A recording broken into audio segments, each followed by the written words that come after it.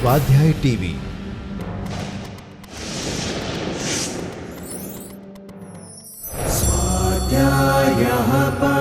Doctor Baba Saheb Ambedkar open university.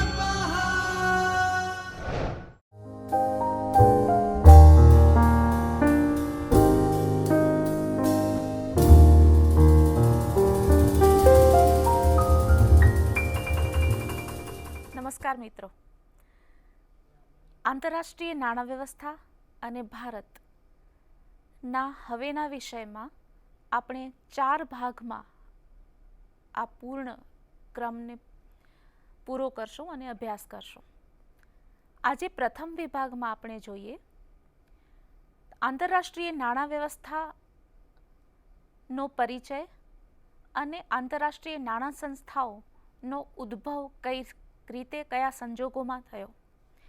તે પછીના વિભાગોમાં આપણે જોઈશું કે ભારત સાથેના સંબંધો કેવા રહ્યા છે તથા જુદી જુદી આંતરરાષ્ટ્રીય સંસ્થાઓ જે નાણાંનો જથ્થો અને આંતરરાષ્ટ્રીય વ્યાપારને નિયંત્રિત કરે છે તેમની ભૂમિકા શું રહી છે, તેમની સફળતા અને નિષ્ફળતા એ બધા વિશે હવે પછીની આ શ્રેણીમાં આપણે જોઈશું. તો આજનો જે વિષય છે એ આંતરરાષ્ટ્રીય નાણાં વ્યવસ્થા અને ભારત. આ શ્રેણીને આપણે જે રીતે જુદા જુદા મુદ્દાઓમાં વિભાજિત કરીએ છીએ તેના પર એક નજર કરીએ તો વિશ્વ યુદ્ધો સમયે વિશ્વના અર્થતંત્રોનો જે પરિસ્થિતિ હતી એ પછી આંતરરાષ્ટ્રીય નાણાં અને વ્યાપારનું નિયમન કરતી સંસ્થાના ઉદ્ભવની જે ભૂમિકા રચાઈ, આંતરરાષ્ટ્રીય નાણાં ભંડોળ જેને આપણે ટૂંકમાં IMF કહીએ છીએ, વર્લ્ડ બેંકના ગ્રુપની સંસ્થાઓ અને વિશ્વ વ્યાપાર સંગઠન, આ બધી વ્યવસ્થાઓને આપણે જોઈશું. આપણે જાણીએ છીએ કે કોઈ પણ દેશ વ્યાપાર વિના માત્ર ક્લોઝડ ઇકોનોમીથી અન્ય દેશ સાથે અલિપ્ત રહી શકે નહીં. એના ઘણા કારણો છે. કારણ કે કુદરતે જ બધા જ દેશોને એક સમાન રીતે એક સરખા ઉત્પાદનના સાધનો આપેલા નથી. જો કોઈ દેશની પ્રજા એવું નક્કી કરે કે અમારી પાસે જે સાધનો છે એ સાધનો જનો માત્ર ઉપયોગ કરીને અમારી જરૂરિયાત સંતોષીએ તો સાદગીપૂર્ણ જીવન જીવી શકે, પણ આર્થિક વિકાસ કરવો હોય, જુદી જુદી જરૂરિયાતો સંતોષવી હોય અને જીવનનું ધોરણ ગુણવત્તાયુક્ત બનાવવું હોય તો કોઈ પણ દેશ અલિપ્ત રહી શકે નહીં. ભારતની વાત આપણે કરીએ તો ઘણા બધા કારણો છે કે દાખલા તરીકે આપણે ઉર્જા માટે ખનિજ તેલનો જે મુખ્ય સ્ત્રોત છે એના માટે આપણે વિદેશ ઉપર આધાર રાખવો પડે છે. તેવી જ રીતે ભારતની પણ એવી ઘણી બધી પ્રોડક્ટ્સ છે કે જેનાથી વિદેશોથી વિદેશી હુંડિયામણ કમાય છે. આપણે ઇતિહાસ ઉપર એક નજર કરીએ તો જાણી શકાશે કે ભારતનો જળમાર્ગ શોધવાની ફરીથી જરૂર શા માટે પડી, જે વ્યાપાર એક મુખ્ય કારણ રહ્યું છે. જેમ જેમ આ વ્યાપાર વિકસતો ગયો તેમ તેમ દેશ વિકસિત થતો ગયો.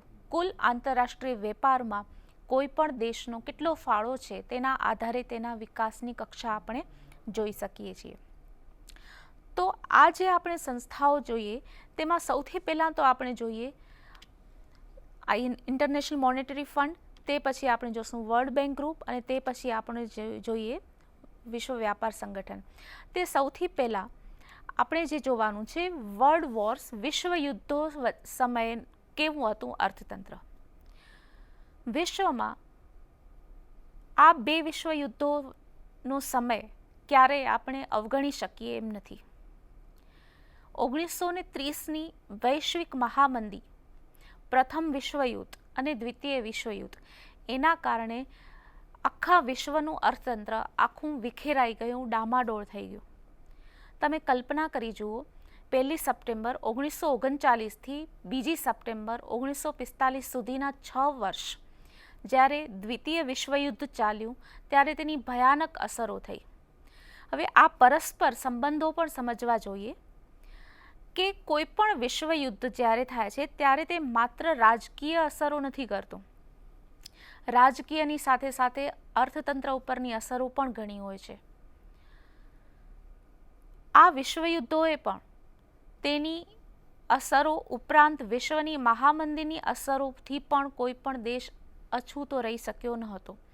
આજે પણ આપણે જોઈ શકીએ છીએ કે જ્યારે કોઈ એક દેશમાં મંદીની શરૂઆત થાય છે અથવા તો કોઈ એક દેશમાં અતિશય ભાવ વધારો થાય છે ત્યારે આપણે બીજા દેશે પણ એની ચિંતા કરવાની જરૂર હોય છે. 1930ના દાયકાની મંદી પણ અમેરિકાથી શરૂ થઈ અને વિશ્વમાં ફેલાઈ. આમ કોઈ એક દેશમાં જ્યારે વેપારના અથવા તો આર્થિક ઉતાર ચઢાવ આવે છે ત્યારે એનો અન્ય દેશ ઉપર પ્રભાવ પડે છે. શા માટે? કારણ કે બધા જ દેશો એકસાથે જોડાયેલા હોય છે. આંતરરાષ્ટ્રીય વ્યાપાર જરૂરી છે, અર્થતંત્રમાં સ્થિરતા જરૂરી છે અને સંતુલિત વિકાસ જરૂરી છે. વૈશ્વિક મહામંદીની અસર અને વિશ્વયુદ્ધોની અસર એના અનુભવોથી શીખીને દ્વિતીય વિશ્વયુદ્ધ દરમિયાન જ 1944માં યુએસએના બ્રેટન વુડ્સ ખાતે એક કોન્ફરન્સ મળી અને તેમાં અમેરિકાના વ્હાઇટ પ્લાન અને યુકેના બ્રિટનના જોન મેનાર્ડ કેન્સનો કેન્સ પ્લાન રજૂ કરવામાં આવ્યો.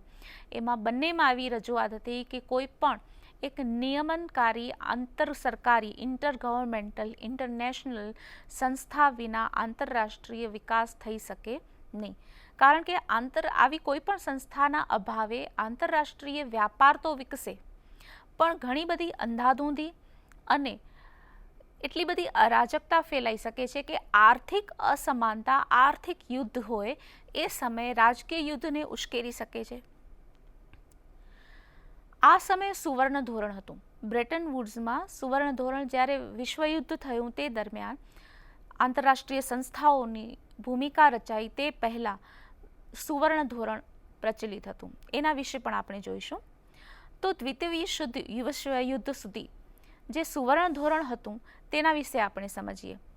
આંતરરાષ્ટ્રીય સંસ્થાઓ વ્યાપારનું જે રીતે નિયમન કરે છે તેના પહેલાં શું સ્થિતિ હતી તે સમજવું જરૂરી છે. તો બ્રેટન વુડ્સનું જે ગોલ્ડ સ્ટાન્ડર્ડ હતું તેમાં દરેક દેશ સુવર્ણનો વિનિમય તરીકે ઉપયોગ કરતો હતો. સુવર્ણની પાટો, જેને આપણે ગોલ્ડ બુલિયન કહીએ છીએ, તેના આધારે વ્યાપાર વિનિમય થતો હતો. અને વ્યાપાર તુલામાં કોઈ ખાધ હોય, લેણદેણની તુલામાં કોઈ ખાધ હોય તો કોઈ પણ દેશ પોતાની પાસેના સુવર્ણની નિકાસ કરે અને તે રીતે ખાધ સરભર થતી હતી. હવે એ સમયે યુએસએ પાસે વિશ્વના કુલ સોનાનો 2/3 એટલે કે 66% જેટલો જથ્થો યુએસએ પાસે હતો. એટલે યુએસએ એવો આગ્રહ રાખ્યો કે જે ગોલ્ડ સ્ટાન્ડર્ડ છે બ્રેટન વુડ્સ સિસ્ટમમાં માત્ર ગોલ્ડ સ્ટાન્ડર્ડ નહીં પણ સુવર્ણની સાથે સાથે ડોલર પણ એક ધોરણ તરીકે વ્યાપારના આંતરરાષ્ટ્રીય ચલણ તરીકે સ્વીકારાય. હવે આ બાજુ જે બીજી મહાસત્તા હતી United states of Soviet Russia USSR, એને આ પરિસ્થિતિ મંજૂર ન હતી કે ગોલ્ડની સાથે ડોલર પણ એક આંતરરાષ્ટ્રીય ચલણ તરીકે નો દરજ્જો મેળવે. આ સમયે એક જે વિશ્વયુદ્ધ ચાલતું હતું એ રાજકીય યુદ્ધની સાથે સાથે એક પેરેલલ કોલ્ડ વોર ચાલતું રહ્યું. શીત યુદ્ધ આપણે જેને કહીએ, જેમાં એકબીજાના અર્થતંત્રોને તોડી પાડવાની નીતિ, બેગર ધાય નેબર, તમારા પડોશીને ભિખારી બનાવો, એ પોલિસી બધા દેશોએ અપનાવી. એના માટે વ્યાપાર વિનિમય ઉપરના પ્રતિબંધો લગાવ્યા કે પોતાના દેશના ચલણનું સ્પર્ધાત્મક અવમૂલ્યન કર્યું. એટલે કોઈ એક દેશ પોતાની વસ્તુની કિંમત ઘટાડે તો એના કરતાં ઓછી કિંમત બીજા દેશ પોતાની વસ્તુની કિંમત નક્કી કરે. આમ ચલણનું અવમૂલ્યન થતું ગયું. એના કારણે અર્થતંત્રમાં એકદમ અસ્થિરતા સ્થપાઈ. આ રીતે આર્થિક અસ્થિરતાથી મૂડીરોકાણ અવરોધાય છે, રોજગારી ઉત્પાદન નિમ્ન સ્તરે આવે છે અને અંતે જીવન ધોરણ નીચું ઉતરે છે. કોઈ પણ દેશનો વિકાસ થતો નથી. આમ ગોલ્ડ સ્ટાન્ડર્ડની સાથે સાથે ડોલર પણ એક ધોરણ બને, સ્ટાન્ડર્ડ બને, એ ઈચ્છા સાથે અમેરિકાએ આ રીતે શીત યુદ્ધ શરૂ કરેલું. હવે આ બધાની વચ્ચે જ્યારે બ્રેટન વુડ્સ ખાતે 1944માં કોન્ફરન્સ મળી અને વ્હાઇટ પ્લાન અને કેન્સ પ્લાન રજૂ થયા, એમાં સ્પષ્ટપણે સ્વીકારવામાં આવ્યું કે કોઈ પણ આંતરરાષ્ટ્રીય સંસ્થા જે નિયમન કરે આંતરરાષ્ટ્રીય વ્યાપારનું એનું ખૂબ જરૂર છે.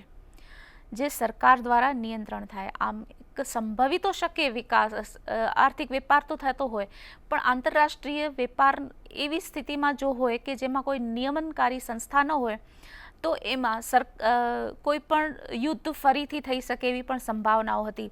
આપણે આધુનિક ઇતિહાસ અથવા તો વર્તમાન સ્થિતિ જોઈએ તો પણ હંમેશા અર્થતંત્રને મજબૂત કરવાની સ્થિતિમાં જ કોઈ પણ દેશ પોતાના અર્થતંત્રનો ઉપયોગ કરે છે અને પોતાની રાજકીય સ્થિતિ મજબૂત બનાવી શકે છે.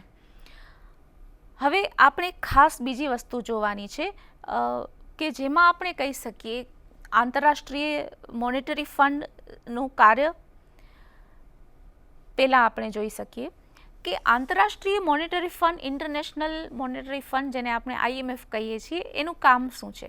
તો આંતરરાષ્ટ્રીય નાણાકીય સહકારની સ્થાપના કરવી, સ્થિર અને સંતુલિત વિકાસને પ્રોત્સાહન આપવું, maintenance of real income and level of employment, વાસ્તવિક આવક અને રોજગારીનું ધોરણ જાળવવું, એક્સચેન્જ બેરિયર્સ, વિનિમયના જે પ્રતિબંધો અથવા તો આંતરરાષ્ટ્રીય વ્યાપાર વિનિમયના જે અડચણો આવે છે તેને દૂર કરવી, provision of foreign exchange to member countries to remove imbalance in balance of payment, વ્યાપાર તુલામાં જે અસમતુલા ઊભી થાય છે તેના માટે વિદેશી નાણાંનો પુરવઠો પૂરો પાડો. તે પછીની જે સંસ્થા આવે છે તે છે વર્લ્ડ બેંક ગ્રુપની સંસ્થા. વર્લ્ડ બેંક ગ્રુપની જે સંસ્થા છે તે કરે છે સભ્ય દેશોને આર્થિક પુનઃરચના અને વિકાસ માટે નાણાં પૂરા પાડવા, ખાનગી વિદેશી મૂડીરોકાણને પ્રોત્સાહન આપવું અને to encourage balance international trade for balance in BOP, balance of પેમેન્ટમાં આંતરરાષ્ટ્રીય વ્યાપાર અને વિનિમયને પ્રોત્સાહન આપવું. તે પછીની જે સંસ્થા છે તે વિશ્વ વ્યાપાર સંગઠન, જે વિશ્વ વ્યાપાર સંગઠન એ ગવર્મેન્ટલ ઓર્ગેનાઇઝેશન છે જે વ્યાપારનું નિયંત્રણ કરે છે. આમ આ સંસ્થાઓ વિશે આપણે વિસ્તૃતથી જોઈએ અને ભારત સાથેના તેના સંબંધો કેવા રહ્યા એ પણ આપણે જોવાનું છે.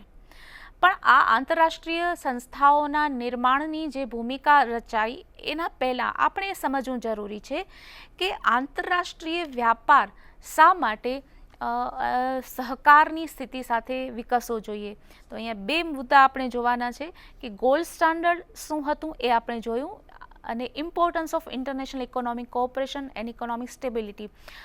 આંતરરાષ્ટ્રીય વ્યાપારમાં આંતરરાષ્ટ્રીય સહકાર અને સ્થિરતાનું શું મહત્ત્વ છે? સામાન્ય રીતે આપણી એવી માન્યતા હોય છે કે અર્થતંત્રમાં વિકાસનું પરિબળ સ્પર્ધા હોય છે. જો સ્પર્ધા હોય તો આર્થિક વિકાસ થઈ શકે. બે વ્યાપારીઓ વચ્ચેની સ્પર્ધા, બે દેશો વચ્ચેની સ્પર્ધા પણ આ ખોટી માન્યતા છે. આંતરરાષ્ટ્રીય વ્યાપાર હોય કે કોઈ પણ એક દેશનું અર્થતંત્ર હંમેશા સહકારથી જ આગળ વધી શકે. અસ્થિર અર્થતંત્રથી મૂડીરોકાણ અવરોધાય છે, જે આપણે જોયું. મૂડીરોકાણ ન થવાથી ઉત્પાદન, રોજગારી અને જીવન ધોરણ નીચું આવે છે. આંતરરાષ્ટ્રીય સહકારનો મતલબ હોય છે કે એકબીજા દેશો સાથે કાચો માલ, મૂડી અને ઉત્પાદનના અન્ય સાધનોનું આવાગમન મુક્ત કરવું, વિનિમયના પ્રતિબંધો દૂર કરવા અને આ દરેક રીતે આંતરરાષ્ટ્રીય વેપારને ઉત્તેજન આપવું. જ્યારે ગોલ્ડ સ્ટાન્ડર્ડ અસ્તિત્વમાં હતું, સુવર્ણ ધોરણ અસ્તિત્વમાં હતું, એ 1945 પછી દ્વિતીય વિશ્વયુદ્ધ પછી તેની વ્યવસ્થા પડી ભાંગી અને એની જગ્યાએ કોઈ એવી સંસ્થા હોવી જોઈએ કે જે નાણાંનો જથ્થો અને વેપાર એ બંનેને નિયંત્રિત કરે. હવે નાણાંનો જથ્થો કઈ રીતે? આખા વિશ્વનો નાણાંનો જથ્થો નિયંત્રિત કરવામાં પરિસ્થિતિ એ ઊભી થઈ કે જ્યારે વિશ્વયુદ્ધ પહેલાં બ્રેટન વુડ્સની ગોલ્ડ સ્ટાન્ડર્ડની સિચ્યુએશન હતી એ વખતે વિશ્વના દેશો વચ્ચે જે વ્યાપાર થતો તેમાં એક જ ચલણ હતું, તે હતું સોનું. બધા જ દેશ સુવર્ણનો સ્વીકાર કરતા હતા. પણ વિશ્વયુદ્ધ પછી દરેક દેશે પોતાનું જ ચલણ વેપારમાં ઉપયોગ થાય એવો આગ્રહ રાખ્યો. શરૂઆત થઈ USAના ડોલરથી. તો આ સ્થિતિ નિવારવા માટે આંતરરાષ્ટ્રીય વિનિમય, જુદા જુદા ચલણો વચ્ચેનો વિનિમય દર અને સુવર્ણ, હવે આ સ્થિતિમાં દરેક દેશ જ્યારે પોતાનું ચલણ એક સોના સાથે ટાઈઅપ કરે છે, ગોલ્ડ સોનું સાથે એનું વિનિમય દર નક્કી થાય છે. તેવી જ રીતે જો સુવર્ણની સાથે સાથે જો ડોલર સાથે પણ એનું ચલણનો વિનિમય દર નક્કી કરવાનો રહેતો હોય, પાઉન્ડ સાથે નક્કી કરવાનો રહેતો હોય કે અન્ય દેશના કોઈ પણ અન્ય ચલણો સાથેનો જ્યારે વિનિમય દર નક્કી કરવાનો રહેતો હોય ત્યારે આ એક પરિસ્થિતિ મુશ્કેલ બને છે. આપ સમજી શકો છો કે એક જ ચલણનો, દાખલા તરીકે આપણે ઉદાહરણ લઈએ રૂપિયાનું જ્યારે ચલણ વિનિમય દર નક્કી થાય છે ત્યારે અનેક બીજા જુદા જુદા ચલણો સાથેનો વિનિમય દર એક અલગ અલગ નક્કી કરવો પડે છે. જ્યારે બ્રેટન વુડ્સ સિસ્ટમમાં શું હતું કે દરેક દેશ માત્ર વ્યાપાર માટે, આંતરરાષ્ટ્રીય વેપાર માટે સુવર્ણનો જ ઉપયોગ કરતું, એટલે વિનિમય દરમાં અસ્થિરતા ન આવતી. હવે અત્યારની સ્થિતિ બ્રેટન વુડ્સ સિસ્ટમની નિષ્ફળતા પછી અથવા તો ગોલ્ડ સ્ટાન્ડર્ડની નિષ્ફળતા પછી કોઈ પણ એક દેશે જુદા જુદા દેશોના દરેક દેશના ચલણો સાથે એનો પોતાનો અલગ અલગ વિનિમય દર નક્કી કરવો પડતો. એટલે આમ આખી અસ્થિરતા ઊભી થઈ. રૂપિયાનો વિનિમય દર દરેક દેશના ચલણ સાથે નક્કી થતો. ઓસ્ટ્રેલિયન ડોલર હોય, યુએસ ડોલર હોય, અત્યારે પણ આપણે વિચારીએ છીએ કે અલગ અલગ દેશો સાથે નક્કી કરવો પડશે. આના કારણે ચલણનો આંતરિક વિનિમય દર, એટલે દાખલા તરીકે કોઈ એક દેશમાં એ રૂપિયાનું મૂલ્ય અને એ રૂપિયાનું અન્ય દેશમાં મૂલ્ય, આમ અલગ અલગ વિનિમય દર નક્કી કરવા પડતા. હવે આ સ્થિતિમાં આંતરરાષ્ટ્રીય નાણાં ભંડોળ જે આંતરરાષ્ટ્રીય વિનિમય દરનું નિયમન કરે છે, વધારે પડતા વ્યાપારમાં ઉતાર ચઢાવ ન આવે, આંતરરાષ્ટ્રીય વ્યાપારના વિનિમય દરની સ્થિરતા જળવાય અને વ્યાપાર વિકસે, એટલા માટે આંતરરાષ્ટ્રીય નાણાં ભંડોળ અસ્તિત્વમાં આવ્યું. આ સંસ્થા અથવા તો આ જે નિયમનકારી સંસ્થાઓ વિશે આપણે જોઈશું, એની સંસ્થાઓના અભાવમાં સ્પર્ધાત્મક અવમૂલ્યન ફરીથી થઈ શકે છે. આંતરરાષ્ટ્રીય વિનિમય દર જ્યારે એક જ ન હોય ત્યારે કોઈ પણ એક દેશમાં કિંમતોમાં વધારે પડતો ઉતાર ચઢાવ આવે, વધારે પડતો ફુગાવો થઈ શકે અથવા તો વધારે પડતી મંદી થઈ શકે. આ બધી સ્થિતિમાં આંતરરાષ્ટ્રીય વેપાર વિકસી શકે નહીં. ઉપરાંત ગરીબ દેશોની સ્થિતિ જોવાની રહે છે. હવે ગરીબ દેશોની પરિસ્થિતિ જ્યારે વિશ્વ યુદ્ધ ચાલતું હતું ત્યારે ઉદાહરણ તરીકે ભારત પર જે રીતે બ્રિટિશ શાસન હતું તે જ રીતે બ્રિટનની અન્ય દેશો ઉપર પણ હુકુમત હતી અને ભારત ઈચ્છે કે ન ઈચ્છે પણ બ્રિટિશ તાબા હેઠળ હતું. એટલે ભારતનું અર્થતંત્ર પણ વિશ્વયુદ્ધને કારણે અસર પામ્યું અને એને વિશ્વયુદ્ધમાં જોડાવવું પડ્યું હતું. અન્ય દેશો, ગરીબ દેશો છે, એ લોકોની પરિસ્થિતિ આખી અલગ હોય છે. એ લોકો માટે, એ લોકોના અર્થતંત્રની પુનઃરચના માટે, વ્યાપાર માટે વિદેશી નાણાંની જરૂર ઊભી થાય તેના માટે એક એવી સંસ્થાની જરૂર હતી કે જે આવા દેશોને મદદરૂપ થાય. આંતરરાષ્ટ્રીય વ્યાપાર સંસ્થા લગભગ વિકસિત દેશોની જરૂરિયાત પૂરી કરે છે, તો અવિકસિત અથવા તો વિકાસશીલ દેશો હોય એના વ્યાપારનું શું? એના માટે વિશ્વ બેંક ગ્રુપ નામની સંસ્થાઓ, એમાં 5 સંસ્થાઓનું જે ગ્રુપ બનેલું છે, વર્લ્ડ બેંક ગ્રુપ, એ અસ્તિત્વમાં આવ્યા, જે ગરીબ દેશોને વ્યાપારમાં મદદરૂપ થાય છે, સભ્ય દેશોને. ભારત આ બધી સંસ્થાઓનું સ્થાપના સમયથી સભ્ય રહ્યું છે. જુદા જુદા સમયે આંતરરાષ્ટ્રીય વ્યાપાર માટેની જે સંસ્થાઓ છે, નાણાં ભંડોળ છે, એના માટે ભારતને પણ ઘણી બધી સહાયતા મળી રહી છે. આ બધું હવે પછીની શ્રેણીમાં આપણે જોઈએ. તો એના માટે આંતરરાષ્ટ્રીય નાણાં સંસ્થા અને ભારત, વિશ્વ બેંક ગ્રુપ છે અને ભારત, અને વિશ્વ વ્યાપાર સંગઠન અને ભારત, આ હવે પછીની શ્રેણીમાં આપણે લઈશું. તો ફરીથી એક વખત આપણે આજની શ્રેણી વિશે જોઈ લઈએ. તો આંતરરાષ્ટ્રીય નાણાં વ્યવસ્થા અને ભારતનો જે સંબંધ છે એ આપણે અહીંયા ધ્યાનમાં લેવાનો છે.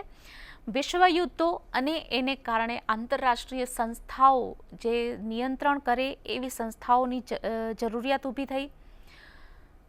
નવી આંતરરાષ્ટ્રીય સંસ્થાઓ સમયે જે સુવર્ણ ધોરણ હતું એ નિષ્ફળ ગયું, એટલા માટે આંતરરાષ્ટ્રીય સંસ્થાઓની જરૂર ઊભી થઈ. આંતરરાષ્ટ્રીય નાણાં ભંડોળ, વિશ્વ બેંક ગ્રુપ અને વિશ્વ વ્યાપાર સંગઠન, આ 3 વિશ્વના વ્યાપાર, નાણાંનો જથ્થો, વિનિમય દર અને વ્યાપારનું નિયંત્રણ કરે છે. તો હવે પછીના આપણી શ્રેણીના વિભાગોમાં આપણે ભારત સાથેના કેવા સંબંધો રહ્યા એ વિશે જોઈશું. આભાર. स्वाध्यायः परमं तपः।